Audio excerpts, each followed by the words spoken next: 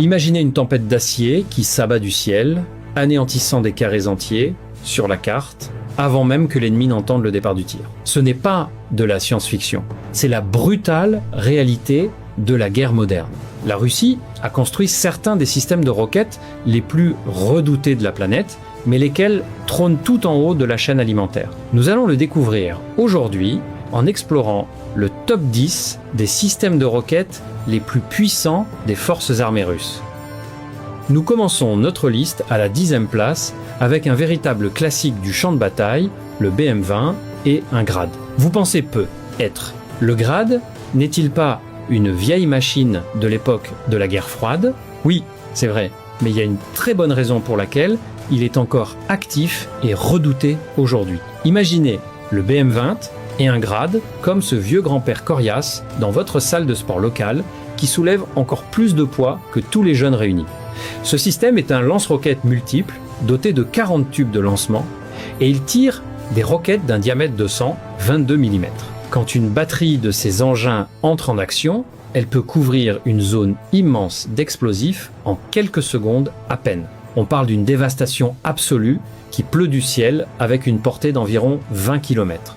Avec cette machine, il ne s'agit pas de précision chirurgicale, mais de volume pur et brut. Le seul impact psychologique d'entendre 40 roquettes siffler dans les airs suffit à faire reconsidérer leur choix de vie à n'importe qui sur le champ de bataille. Mais si vous pensez que cette vieille bête est bruyante et effrayante, attendez de voir les machines monstrueuses que nous avons cachées à la 6e et à la 3e place de cette liste. Vous ne voudrez vraiment pas les rater.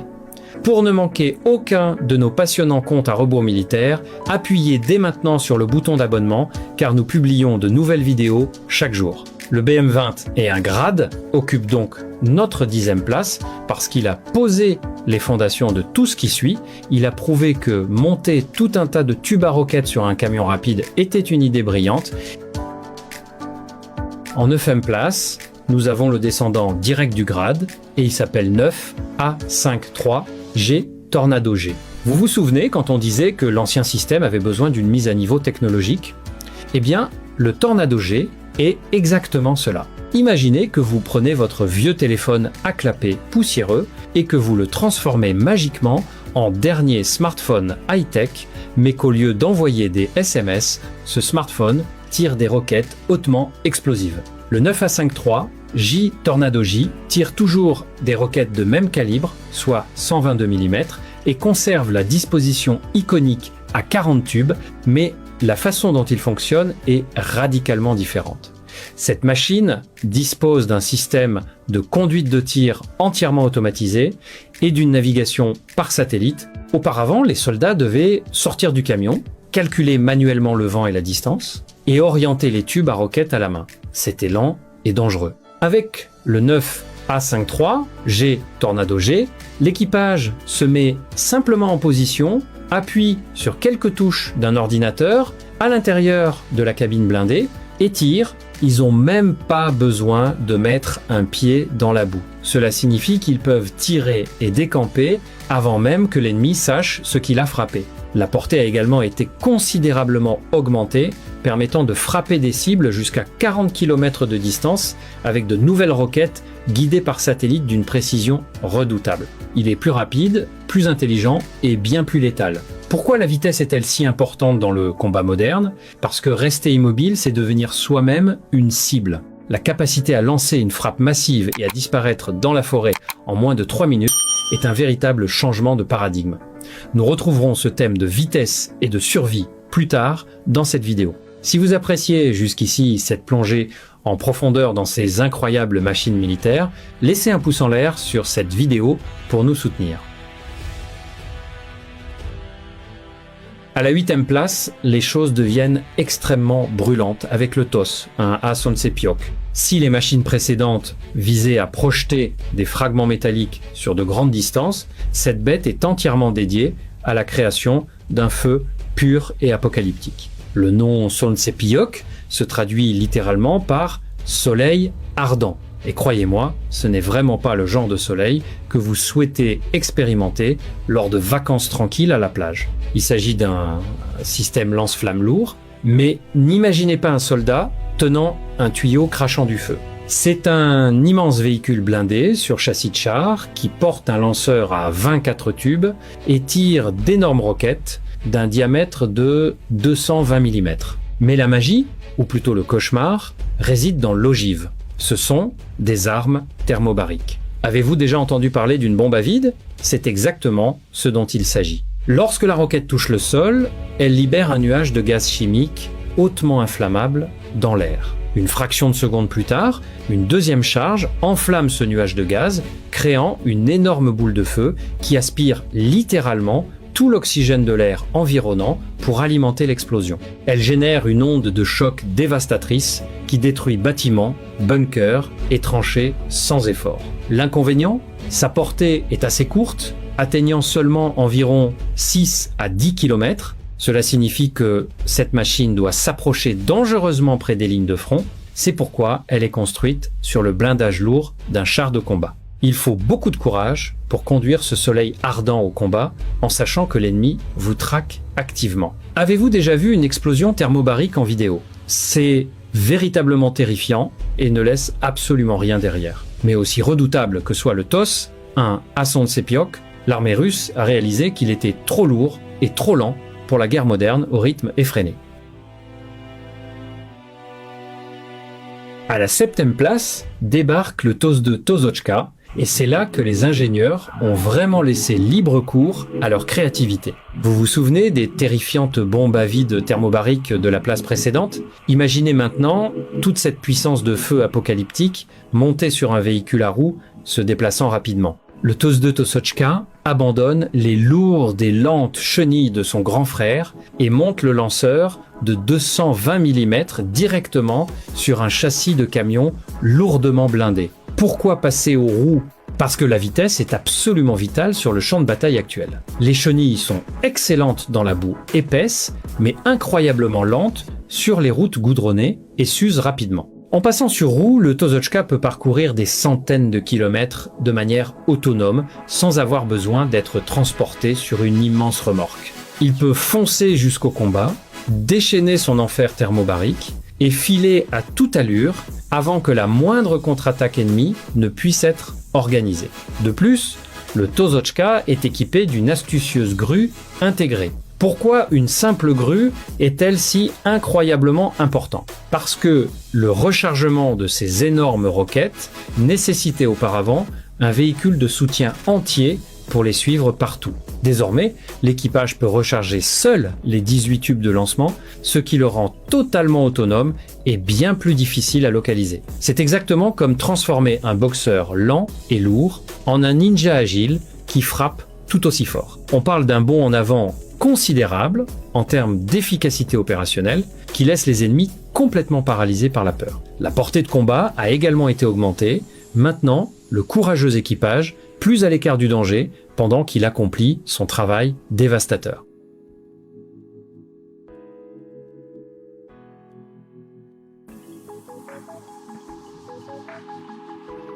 La 6e place est occupée par la machine que je vous avais promise précédemment, l'incroyable et très mystérieux TOS-3 Drakon. C'est la toute dernière addition à la famille russe des lance-flammes lourds, et le nom Drakon, qui signifie évidemment dragon, lui va comme un gant. Imaginez combiner les meilleures caractéristiques du système lent sur char et du système rapide sur roue, puis le booster avec des stéroïdes. Les développeurs ont réalisé que si les roues sont rapides, elles n'offrent tout simplement pas une protection suffisante contre les drones d'attaque modernes et les missiles anti-char. Ainsi, le Drakon revient aux chenilles blindées du char, mais utilise un lanceur entièrement repensé. Au lieu des 24 tubes massifs de la génération précédente, le TOS-3 Drakon utilise 15 tubes de lancement. Vous vous demandez peut-être pourquoi moins de tubes. Cela ne le rend-il pas moins puissant? Absolument pas. Moins de tubes signifie que toute la tourelle est bien plus légère, ce qui permet à la machine de se déplacer plus vite et de pivoter plus agilement. Mais plus important encore, les roquettes elles-mêmes ont été considérablement améliorées. Ces nouvelles roquettes thermobariques peuvent voler bien plus loin, atteignant facilement plus de 15 km. C'est une amélioration énorme car cela signifie que le Dracon peut cracher son feu dévastateur depuis une distance de sécurité complètement hors de portée des armes de première ligne ennemie. Le rayon d'explosion de ces nouvelles roquettes serait également nettement plus important. C'est littéralement un dragon mécanique qui crache des nuages de gaz explosifs pour faire fondre des bunkers fortifiés. Vous êtes-vous jamais demandé ce que l'on ressent à recevoir une frappe de dragon? Spoiler, c'est une très mauvaise journée. Cette machine est tellement nouvelle qu'il est encore assez difficile de trouver des images nettes, mais elle provoque déjà des ondes de choc dans les cercles militaires. À la 5e place, le BM-27 Ouragan frappe fort. Le nom signifie ouragan, et croyez-moi, il est à la hauteur de ce nom en tout point. Tandis que le grade dont nous avons parlé au début de cette vidéo assène de nombreux petits coups, l'ouragan est lui entièrement dédié à porter un coup massif et lourd qui met KO. Il s'agit d'un grand système monté sur camion qui porte 16 tubes énormes et tire des roquettes avec un diamètre terrifiant de 220 mm. Pour vous donner une idée de la taille, chaque roquette pèse près de 300 kg. Quand vous lancez une salve complète de 16 roquettes, vous propulsez près de 5 tonnes d'explosifs à travers le ciel en seulement 20 secondes. C'est un ouragan de destruction au sens propre du terme. L'ouragan a été conçu à l'origine pendant la guerre froide. Mais tout comme le vieux grand-père Corias Grad, il refuse de prendre sa retraite. Pourquoi ? Parce que l'ampleur pure des dégâts qu'il inflige à une portée de 35 km est tout simplement inégalée par les systèmes plus petits.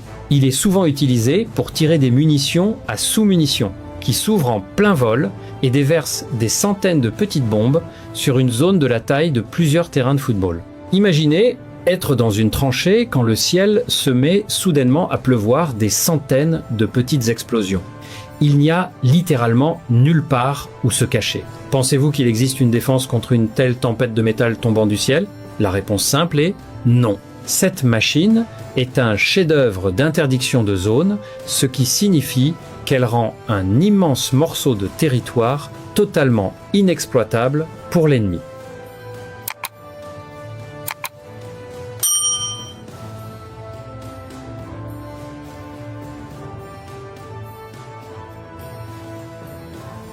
À la 4e place s'impose le titan absolu, connu sous le nom de BM-30 Smerch. Si l'ouragan est un ouragan, le Smerch est un tourbillon apocalyptique à part entière. Pendant très longtemps, il a été considéré comme le lance-roquettes multiple le plus puissant du monde entier, et il est facile de comprendre pourquoi. Cette machine colossale tire des roquettes avec un diamètre massif de 300 mm.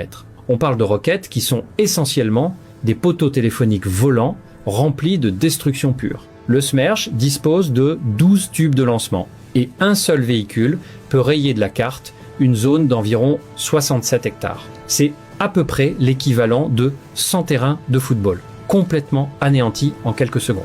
La portée est également à couper le souffle, capable de frapper des cibles jusqu'à 4, 20, 10 km de distance. Cela signifie que le Smerch peut rester tranquillement dans les lignes arrières, boire un café en toute sérénité et détruire des bases d'approvisionnement ennemies, des centres de commandement et des formations de chars avant même que l'ennemi ne sache qu'une bataille a commencé. Les roquettes ne sont pas non plus de simples projectiles métalliques aveugles. Elles utilisent des gyroscopes intégrés basiques pour corriger leur trajectoire de vol, les rendant étonnamment précises pour des armes d'une telle envergure. Avez-vous déjà essayé de lancer une fléchette sur une cible depuis 1 km de distance? C'est en gros ce que fait le Smerch, mais la fléchette pèse plus de 800 kg. C'est un monstre absolu qui sème la terreur dans le cœur de toute armée qui lui fait face. Mais malgré son énorme puissance, le Smerch présente un défaut significatif. Recharger ces gigantesques tubes de 300 mm prend énormément de temps, souvent plus d'une demi-heure. Dans la guerre moderne, rester immobile pendant 30 minutes est une façon garantie de se faire détruire. Nous voilà à la 3e place avec l'ouragan, un M, la machine que je vous avais dit de surveiller plus tôt dans la vidéo. Pourquoi cette machine est-elle si spéciale? Parce que c'est le transformé ultime du champ de bataille. Le plus grand problème de l'artillerie de roquettes a toujours été qu'un véhicule est limité à tirer un seul type spécifique de roquette. Si vous amenez un lanceur de 220 mm, mais que la cible nécessite des roquettes de 300 mm, vous n'avez pas de chance. L'Ouragan, un M, résout ce problème à la racine grâce à un brillant design bimodulaire. Cela signifie que le camion n'a pas de tube à roquettes fixe soudé de façon permanente sur sa plateforme. Il dispose au contraire d'une surface de chargement pouvant accueillir rapidement des pods de roquettes entièrement différents. Vous voulez tirer les roquettes de 220 mm du vieil Ouragan? Il suffit de charger ces pods sur le camion. Vous avez besoin de frapper une cible massive beaucoup plus loin. Échanger ces pods contre les énormes pods de 300 mm utilisés par le Smerch. Ce sont littéralement deux machines dévastatrices fusionnées à la perfection en une seule. Et le meilleur, le processus de rechargement est incroyablement rapide. Au lieu de pousser lentement de lourdes roquettes une par une dans un tube, une grue soulève simplement le pod vide du camion et y dépose un pod entièrement chargé à sa place. Cela élimine complètement les longs temps de rechargement de 300 mm dont nous venons de parler avec le Smerch.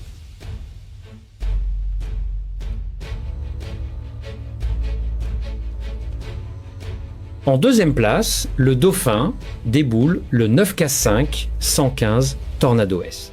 Si les anciennes machines visaient à tout détruire dans un carré de la grille avec des roquettes non guidées, le Tornado S est le fusil de précision ultime de l'artillerie de roquettes. Ce système a été conçu pour remplacer complètement le vieillissant Smerch dont nous avons parlé à la 4e place, et il le fait en injectant une technologie moderne vraiment sérieuse dans le mélange. Le Tornado S tire toujours ses roquettes massives et dévastatrices de 300 mm de diamètre, mais voici le retournement de situation énorme. Chaque roquette individuelle peut être programmée avec sa propre trajectoire de vol unique et ses propres coordonnées de cible. Imaginez tirer 12 roquettes exactement au même moment, mais l'une vole à gauche pour frapper un pont, une autre à droite pour frapper un dépôt de munitions et une autre tout droit pour frapper un bunker de commandement. Cela est rendu possible par un guidage satellitaire avancé utilisant le système russe GLONASS. Ces roquettes ne suivent pas simplement une courbe aveugle à travers le ciel, elles se dirigent activement à l'aide de petits ailerons aérodynamiques pour s'assurer qu'elles frappent exactement là où elles doivent. La portée est également poussée à de nouvelles limites inimaginables, frappant officiellement des cibles jusqu'à 120 km de distance, avec de nouvelles roquettes qui atteindraient, selon certaines sources, 200 km. Cela permet au Tornado S d'opérer incroyablement loin dans les lignes amies, agissant comme un sniper de longue portée, hautement précis, qui ne peut pas être facilement neutralisé.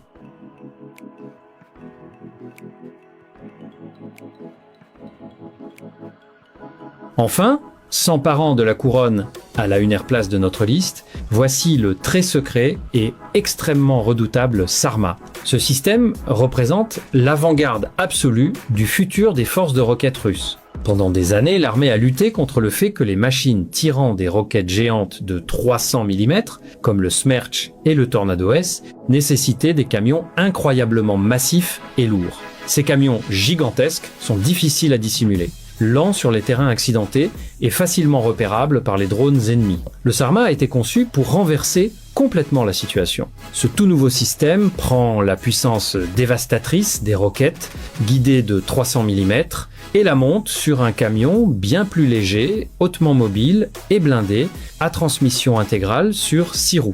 Au lieu de porter 12 tubes massifs, le Sarma en porte 6. Cela divise exactement le poids par deux, transformant le lanceur en un prédateur furtif et à grande vitesse. Le Sarma peut foncer sur des chemins de terre étroits, se cacher sous de petits alignements d'arbres et manœuvrer dans des ruelles urbaines étroites où les camions plus grands ne peuvent tout simplement pas passer. Une fois qu'il reçoit les coordonnées de la cible d'un drone de reconnaissance, il peut lancer ces roquettes intelligentes guidées par satellite et disparaître complètement avant même que la première explosion ne se produise. C'est le mariage parfait entre la puissance destructrice massive du Smerch, la précision chirurgicale par satellite du Tornado S et la mobilité foudroyante d'un véhicule bien plus petit.